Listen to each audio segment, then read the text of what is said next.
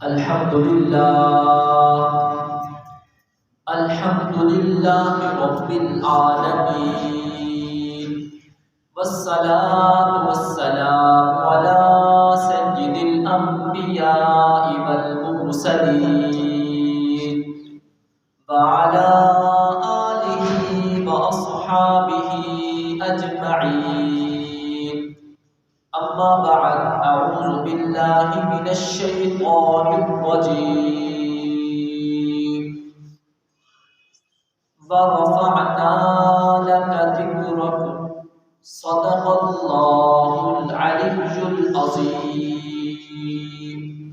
تمام حضرات عقیدت اور محبت کے ساتھ درود پاک پڑھیں۔ میرے واجب الاحترام دوستوں، بزرگوں اور ساتھیوں، اللہ تعالیٰ نے سرکار دو عالم صلی اللہ علیہ وسلم کو محبوب کل جہاں بنایا ہے۔ پچھلے جمعہ آپ حضرات نے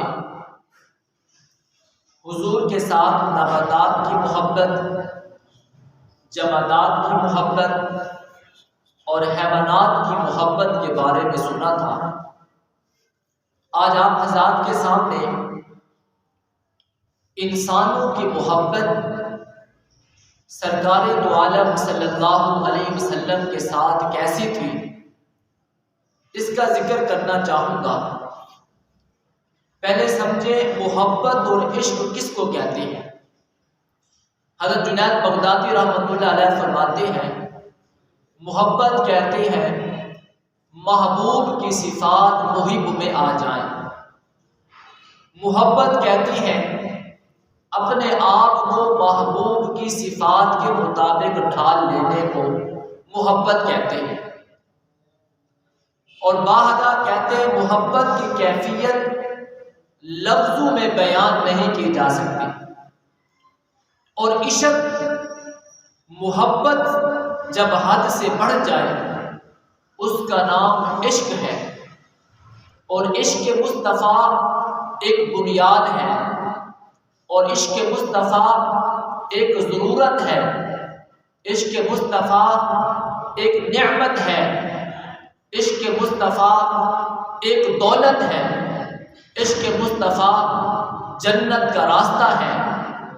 اور سرکار دو عالم صلی اللہ علیہ وسلم نے ارشاد فرمایا لا یؤمن احدکم حتی اکون احب الیہ من والدہ وولدہ والناس اجمعین۔ تم میں سے کوئی شخص اس وقت تک کامل مومن نہیں بن سکتا جب تک کہ وہ مجھ سے اپنے والدین سے زیادہ محبت کرے، اپنی اولاد سے زیادہ محبت کرے، اور کائنات سے زیادہ محبت حضور کے ساتھ کرے۔ اس میں محبت کی نفی نہیں کی گئی کہ آپ دوسروں سے محبت نہ کریں، بلکہ عشق کا مطالبہ کیا گیا ہے۔ اولاد سے بھی محبت ہو لیکن حضور کی محبت اولاد کی محبت پر غالب ہو، والدین سے بھی محبت ہو لیکن والدین کی محبت پر حضور کی محبت غالب ہو، لوگوں سے محبت ہو لیکن حضور کی محبت ان پہ غالب ہو۔ اور یہ اتنے واقعات صحابہ کرام میں موجود ہیں، اگر ان کو شمار کیا جائے تو بہت زیادہ وقت چاہیے۔ چند ایک واقعات ذکر کرنا چاہوں گا کہ صحابہ کرام اولاد سے زیادہ محبت حضور کے ساتھ کرتے تھے، صحابہ کرام والدین سے زیادہ محبت حضور سے کیا کرتے تھے، صحابہ کرام اپنی جان مال اولاد سے زیادہ محبت حضور سے کیا کرتے تھے۔ حضور کی محبت والد کی محبت پہ غالب ہوتی تھی، حضور کی محبت والدہ کی محبت پر غالب ہوتی تھی، حضور کی محبت اولاد کی محبت پر غالب ہوا کرتی تھی۔ حضرت ابو بکر صدیق رضی اللہ تعالی عنہ ایک ایسے عظیم انسان ہے جس کی 4 پشتیں دامن اسلام میں آئی ہیں۔ ابھی تک حضرت ابو بکر صدیق نے اسلام کو قبول کیا ہوا ہے، لیکن آپ کے والد ابھی دائرہ اسلام میں نہیں آئے تھے کہ ایک دن حضور کی شان میں نازیبا کلمات کہہ بیٹھے، نازیبا کلمات حضور کی شان میں کہہ بیٹھے۔ جناب ابو بکر صدیق کے دل میں نبی کی محبت تھی، جناب ابو بکر صدیق کے دل میں عشق مصطفیٰ تھا۔ فوراً باپ کو تھپڑ مار دیا اور سرکار دو عالم کو معلوم ہوا۔ پاک پیغمبر نے احوال معلوم کرنے کے لیے ابو بکر صدیق سے پوچھا، ابو بکر میں نے سنا ہے تم نے والد کو تھپڑ مارا ہے۔ حضرت ابو بکر صدیق نے فرمایا، آقا انہوں نے آپ کی شان میں نازیبا کلمات کہی ہیں، انہوں نے آپ کی شان میں بے ادبی کی ہے، انہوں نے آپ کی شان میں گستاخی کی ہے۔ ابو بکر تو وہ ہے جو اپنا مال، اپنی اولاد، اپنا ماں باپ سب کچھ آپ پر قربان کرنے کے لیے تیار ہے۔ تو والد کی محبت پر حضور کی محبت غالب تھی۔ حضرت ابو عبیدہ بن جراح رضی اللہ تعالی عنہ اسلام لے آئے، والد دار اسلام میں داخل نہیں ہوئے، بدر کا میدان ہے، ابو عبیدہ بن جراح نبی کی زیر کمان لڑ رہا ہے اور والد ابو جہل کی زیر کمان لڑ رہا ہے، درمیان میں ٹاکرا ہوتا ہے۔ باپ بیٹے سے کہتا ہے بیٹا ابو جہل کی کمان میں آ جا، بیٹا باپ کو کہتا ہے رسول اللہ کی کمان میں آ جا، یہاں تک کہ بیٹے نے دنیا کو بتایا کہ میرے دل میں باپ سے زیادہ محبت حضور کے ساتھ ہے، یہاں تک کہ والد کا سر قلم کر کے محبوب کے قدموں میں ڈال دیا اور بتا دیا آقا مجھے اپنے والد سے زیادہ محبت اپنے محبوب پیغمبر کے ساتھ ہے۔ تو اللہ کے نبی نے فرمایا والدین سے زیادہ محبت اللہ کے نبی کے ساتھ ہو، تب بندے کا ایمان کامل ہوتا ہے۔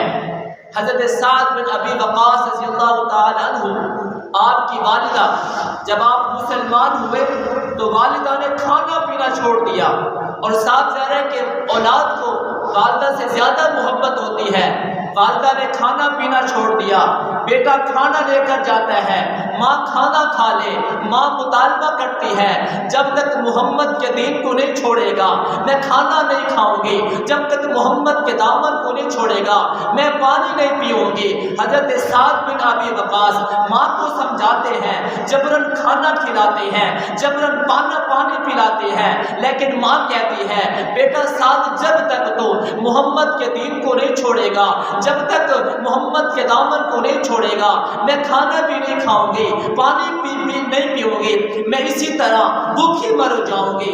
حضرت سعد بن ابی وقاص کے دل میں ایک طرف ماں کی محبت ہے، دوسری طرف محمد مصطفیٰ کی محبت ہے۔ سعد بن ابی وقاص ماں کو سمجھاتے ہیں لیکن ماں سمجھتی نہیں ہے، اور ایک دن ایسا بھی آیا کہ ماں تڑپنے لگ جاتی ہے، ماں کی روح نکلنے لگ جاتی ہے، ماں زمین کے اوپر تڑپ رہی ہے۔ سعد بن ابی وقاص اپنی ماں سے مخاطب ہو کے کہتے ہیں اے میری ماں اگر تیرے جسم میں، اگر تیری جان میں 100 روحیں بھی ہوتی، ایک ایک کر کے تیرے جسم سے روح نکلتی رہتی۔ سعد بن ابی وقاص یہ منظر تو دیکھ سکتا ہے لیکن محمد مصطفیٰ کا دامن نہیں چھوڑ سکتا۔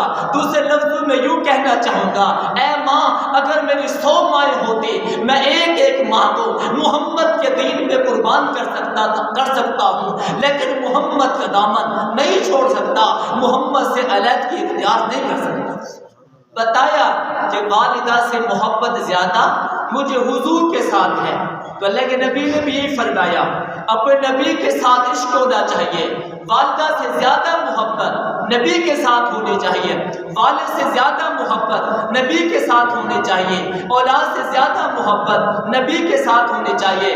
حضرت زید بن حارثہ رضی اللہ تعالیٰ عنہ ایک غلام تھے، اپنے نانے کے گھر میں آئے گم ہو گئے اور مکہ میں ان کو بیچ دیا گیا۔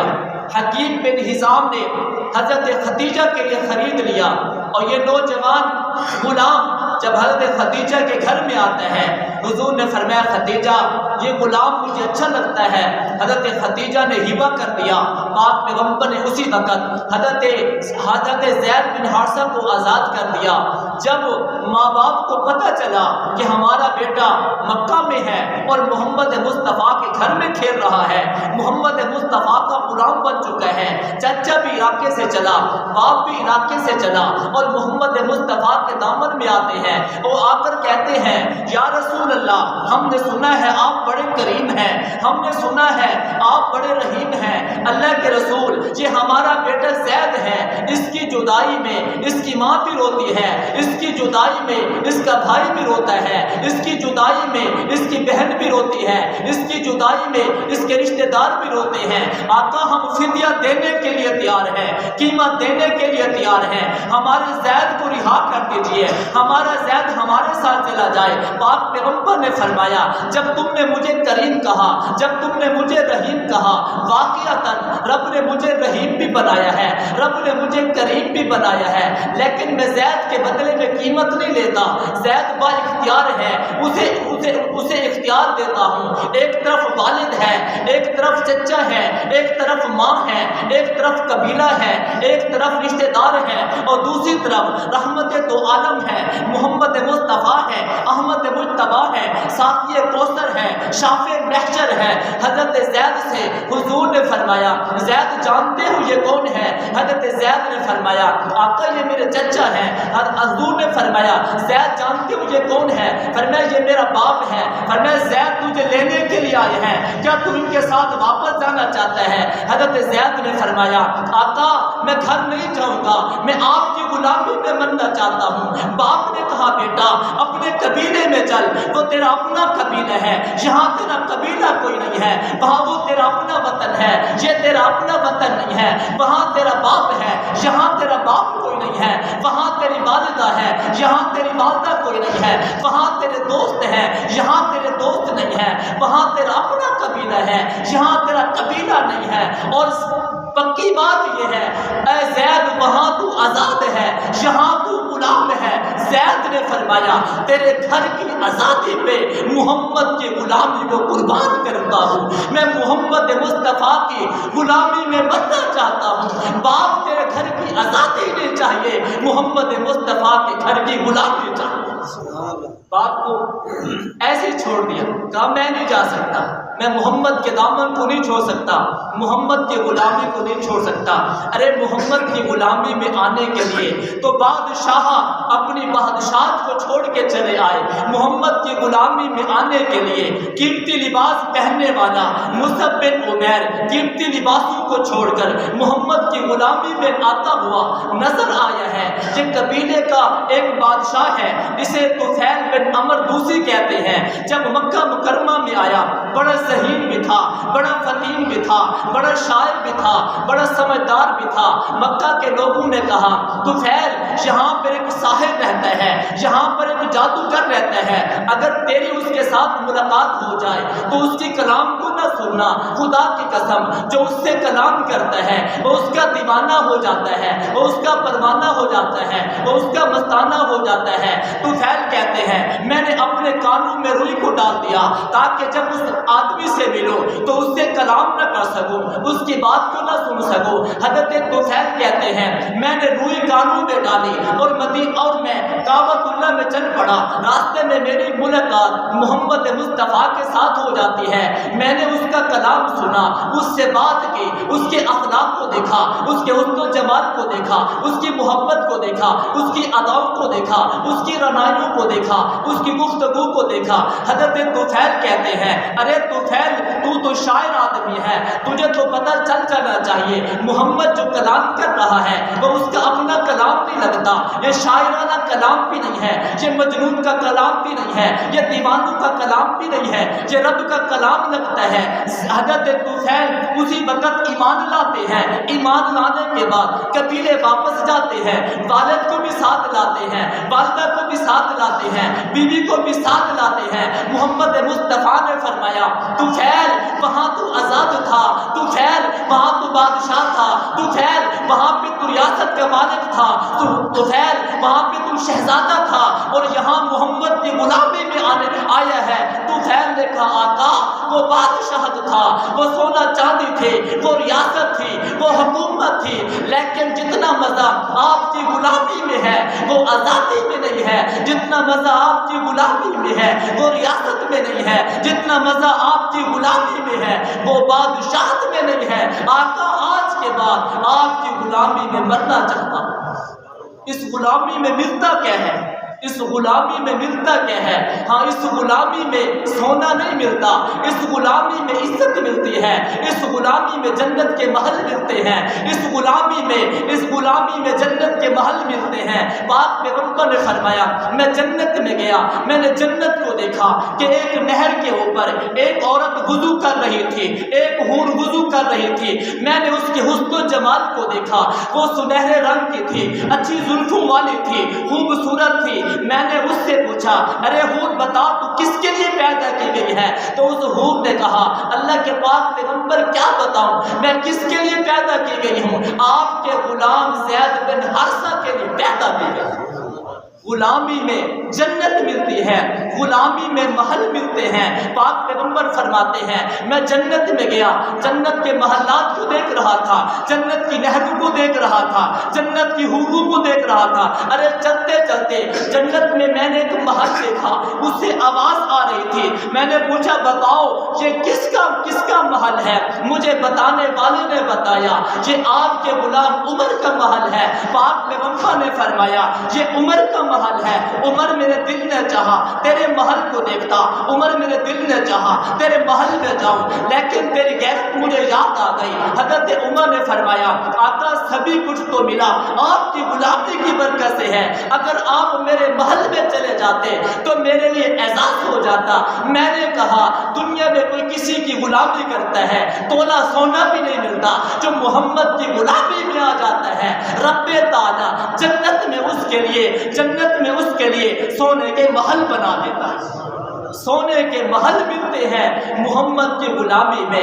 یہ کون ہے؟ حضرت بلال ہے، محمد سے اتنا محبت کرتے ہیں، محمد کے غلام بنے ہوئے ہیں۔ لوگوں نے کہا بلال انداز بدل دے، لوگوں نے کہا بلال انداز بدل دے، لوگوں نے کہا بلال عقیدہ بدل دے، لوگوں نے کہا بلال اپنی بات کو بدل دے، لیکن بلال کی زبان پہ ایک ہی کلمہ جاری ہے احد احد احد۔ پوچھنا چاہوں گا اگر دیکھو تو اس استقامت میں کیا نظر آئے گا؟ جب تم نظروں کو دوڑاؤ گے، جب تم نگاہوں کو دوڑاؤ گے، جب تم فکر کرو گے، جب تم دیکھو گے، اس استقامت میں ایک ہی چیز نظر آئے گی اور اسی ایک ہی چیز کو عشق مصطفیٰ کہتے ہیں۔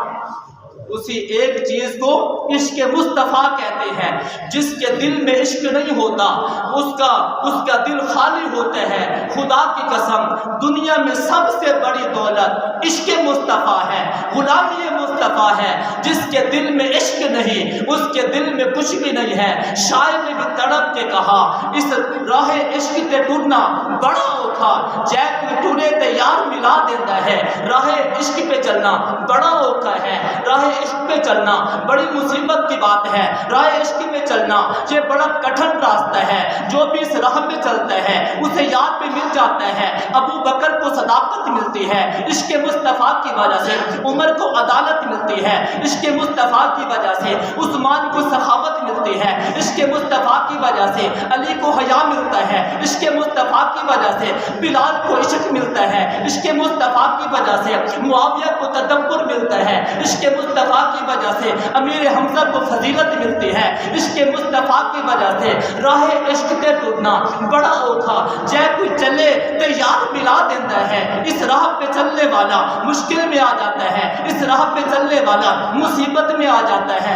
ارے عشق اس کا نام نہیں ہے گلی کو سجا لے، عشق اس کا نام نہیں ہے دکان کو سجا لے، ارے عشق اس کا نام ہے کہ دل میں نبی کی محبت ہو، ہاتھوں میں نبی کی سنت ہو، دل میں نبی کی محبت ہو، دامن پہ نبی کی سنت نظر آئے۔ ارے تو کیسا عاشق تو بلال تھا عشق مصطفیٰ کی وجہ سے، اس کے گلے میں رسی کو ڈال کر مدینہ کی گلیوں میں گھسیٹا گیا۔ عاشق تو خبیب تھا عشق مصطفیٰ کی وجہ سے، اسے سولی پہ لٹکایا گیا۔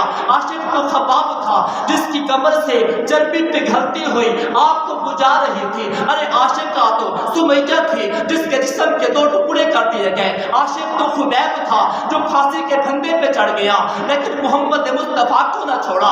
عاشق تو شاہ ولی اللہ تھا جس کے پنجوں کو نکال دیا گیا، پھر بھی اس کے نام پہ، پھر بھی اس کی قلم پہ صحابہ کا نام جاری و ساری رہا. عاشق تو شاہ ولی اللہ محدث دہلوی تھا.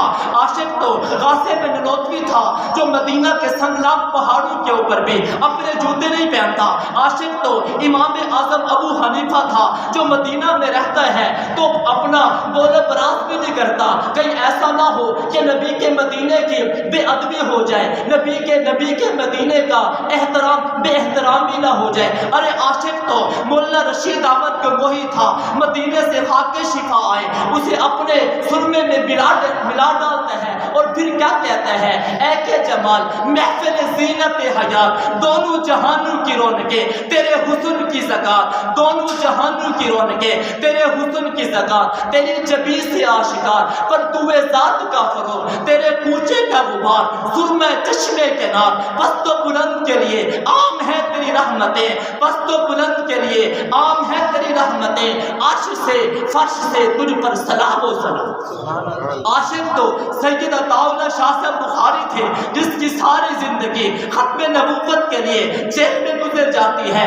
عاشق تو صحابہ تھے، عاشق تو علماء دیوبند تھے، عاشق تو نبی سے محبت کرنے والے تھے. ارے تیری محبت میں جھوٹا دعویٰ ہے، صحابہ کی محبت میں سچا دعویٰ تھا، علماء کی محبت میں سچا دعویٰ ہے، تیری محبت میں جھوٹا دعویٰ ہے. پھر میں ان صحابہ کے بارے میں کیوں نہ کہوں؟ صحابہ ہماری جان ہے، صحابہ ہمارا دل ہے، صحابہ ہماری تمنا ہے، صحابہ ہماری آرزو ہے، صحابہ ہماری عزت ہے، صحابہ ہماری عظمت ہے، صحابہ ہماری فضیلت ہے. پھر میں کیوں نہ کہوں؟ سب کچھ لٹا گئے با صحابہ با، سب کچھ نبی کا امت تک پہنچا گئے با صحابہ با، سب کچھ لکھ گئے با صحابہ با، جوانی لٹا گئے با صحابہ با، مال و زر نبی کی محبت پہ لٹا گئے با صحابہ با، قرآن امت تک پہنچا گئے با صحابہ با، کلمہ نبی کا امت تک پہنچا گئے با صحابہ با، عقیدہ پہنچا گئے با صحابہ با، ایمان پہنچا گئے با صحابہ با، اقام پہنچا گئے با صحابہ با، منشور پہنچا گئے با صحابہ با، دستور پہنچا گئے با صحابہ با، حکومت پہنچا گئے با صحابہ با، حکمت پہنچا گئے با صحابہ با، رسالت پہنچا گئے با صحابہ با، نبوت پہنچا گئے با صحابہ با، توحید پہنچا گئے با صحابہ با، حکمت پہنچا گئے با صحابہ با، آفتاب بنے با صحابہ با، مہتاب بنے با صحابہ با، روشنی بنے با صحابہ با، کرنے بنے با صحابہ با، میرا دل بن گئے با صحابہ با، میری جان بن گئے با صحابہ با. ارے با صحابہ با ایمان مصطفیٰ لکھا با صحابہ با، ایمان مصطفیٰ بتایا با صحابہ با، عشق مصطفیٰ بتایا با صحابہ با، عشق مصطفیٰ بتایا با صحابہ با، حیا مصطفیٰ بتایا با صحابہ با، کردار مصطفیٰ بتایا با صحابہ با. نبی کی ہر ادا کو امت تک پہنچا گئے، پہنچانے کے بعد پھر میں ان کے لیے کیوں نہ کہوں با صحابہ با، با صحابہ با، با صحابہ با، با صحابہ با. اس لیے کہنا چاہتا ہوں وہ غلام نبی کے میں غلام صحابہ کا، وہ مستانے محمد کے میں مستانہ صحابہ کا، وہ دیوانے محمد کے میں دیوانہ صحابہ کا، وہ غلام محمد کے میں غلام صحابہ کا، وہ پروانے محمد کے میں پروانہ صحابہ کا، وہ امام امت کے میں غلام صحابہ کا، وہ پروانے محمد کے میں پروانہ صحابہ کا.